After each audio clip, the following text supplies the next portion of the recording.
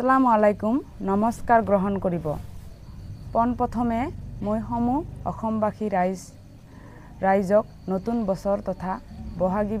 বিহুৰ শুভেচ্ছা জ্ঞাপন কৰিছোঁ আগন্তুক পঞ্চায়ত নিৰ্বাচনত 5 শিমিলতলা জিলা পৰিষদৰ সমূহ ভোটাৰ ৰাইজক নিৰ্বাচনত 7 মে তাৰিখে মই আলমিনা বেগমক এৰোপ্লেনৰ ছবিত ভোট দি বিপুল ভোটত জয়যুক্ত কৰে যেন শেষত মই ক'ব বিচাৰিছোঁ 5 নং নৱগত শিমিলতলা জিলা পৰিষদৰ সমূহ ভোটাৰ ৰাইজক আহ্বান জনাও যে আপোনালোকে যাতে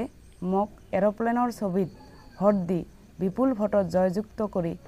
ৰাইজৰ সেৱা শুশ্ৰূষা কৰি ৰাইজৰ মাজত আহিবলৈ সুযোগ প্ৰদান কৰে যেন ধন্যবাদ পোনপ্ৰথমে নতুন সকলোকে ৰঙালী বিহুৰ শুভেচ্ছা জ্ঞাপন কৰিছোঁ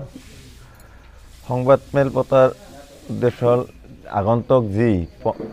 পঞ্চায়ত ইলেকশ্যন আহি আছে সেই পঞ্চায়ত ইলেকশ্যনত 5 নং নৱাগত শিমিলতলা জিলা পৰিষদৰ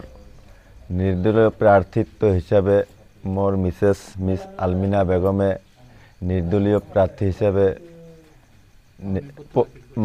মনোনয়ন পত্ৰ দাখিল কৰিছে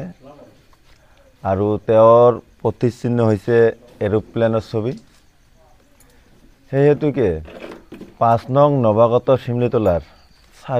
চাৰিটা জিপি আছে নৱাগত শিমিলতলা জিপি গেৰুৱা জিপি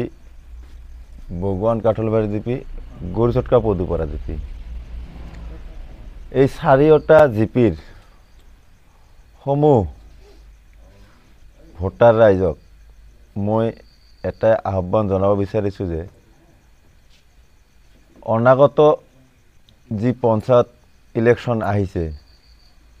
এই ইলেকশ্যনত মোৰ মিছেছ আলমিনা বেগম এৰোপ্লেনৰ ছবিত বিপুল ভোটত ভোট দি জয়যুক্ত কৰে যেন আৰু সহায় সহযোগিতা আগবঢ়ায় যেন